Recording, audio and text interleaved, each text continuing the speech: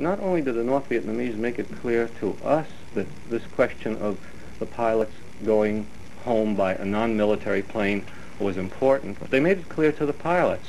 And I recall that when we suggested that the people in Washington making this decision had not been to North Vietnam recently or not recently, they had not talked with the North Vietnamese, and that perhaps we and the pilots knew something about the North Vietnamese attitude which they did not know.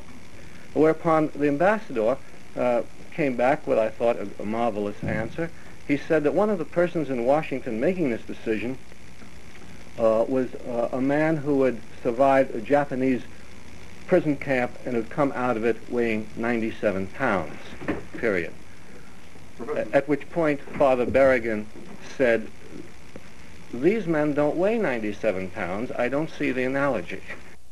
In fact, Father Berrigan and I, on our way back, this may seem presumptuous on our part, but on our way back from Paris, we sent a wire, I think with our last $15, to the White House, saying something like, "We'd like to talk to you, President Johnson. You know, would you please meet with us? We just come back from Hanoi. We've just talked with the Premier Pham Van Dong. We just read in the newspaper that you say the North Vietnamese are not ready to negotiate. What we learned from Pham Van Dong seems to contradict that. We'd like to talk with you about this and about the prisoner release, which we think has been mishandled, but we have not so far received an answer from LBJ. At this day. Yeah. I know many people have said, look, we've killed innocent people. Our bombs have killed civilians and babies and mothers. And I suppose there is truth to that. There have been people that have been killed. But your government has not bombed civilians. Your government has not bombed open cities. Your government has sent its bombers in after targets, military targets, that have been placed in an area surrounded by civilians. I was in North Vietnam during the war, and I saw the effects of these cluster bombs on little kids, and little round bombs that contain hundreds and hundreds of steel pellets. And when the bomb explodes, these pellets shoot out, and they enter the bodies of people, and almost all civilians, just farmers and their families, and then they're very, very hard surgically to get out.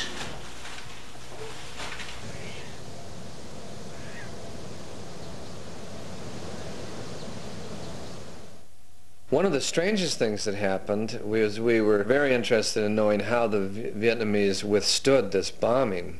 And so far to the north of Hanoi, they took us to a mountain that had caves in it where they had fought against the Chinese and the Japanese and the French before the Americans. And it was like an underground world, the kind of thing that you would see in a Star Wars movie now. And so we had a dinner and a meeting in this cave. It was the size of a basketball auditorium. And then the thing that the Vietnamese always do is they all get up and sing songs about their struggle or traditional songs of the country, and then whether you can sing or not, they ask you to stand up and sing. So Howard sang America the Beautiful.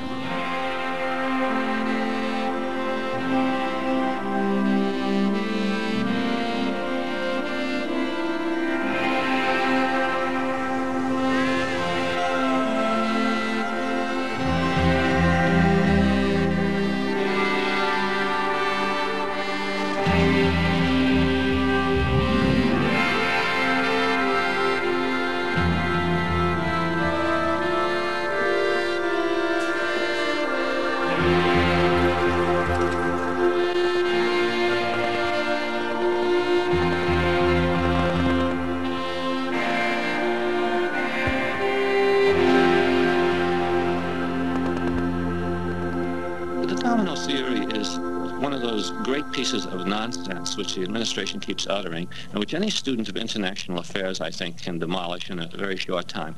How did Vietnam fall? If Vietnam is about to fall, did it fall because of something that came from abroad? It fell because of internal conditions, or it's falling because of internal conditions in Vietnam.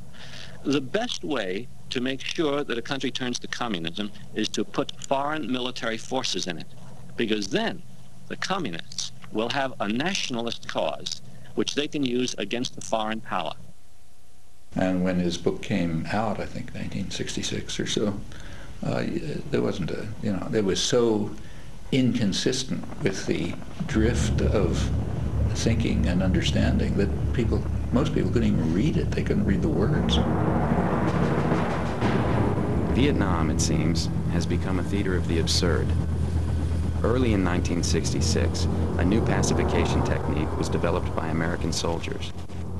It involved surrounding a village, killing as many young men as could be found, and then taking away the women and children by helicopter. The Americans called this procedure Operation County Fair.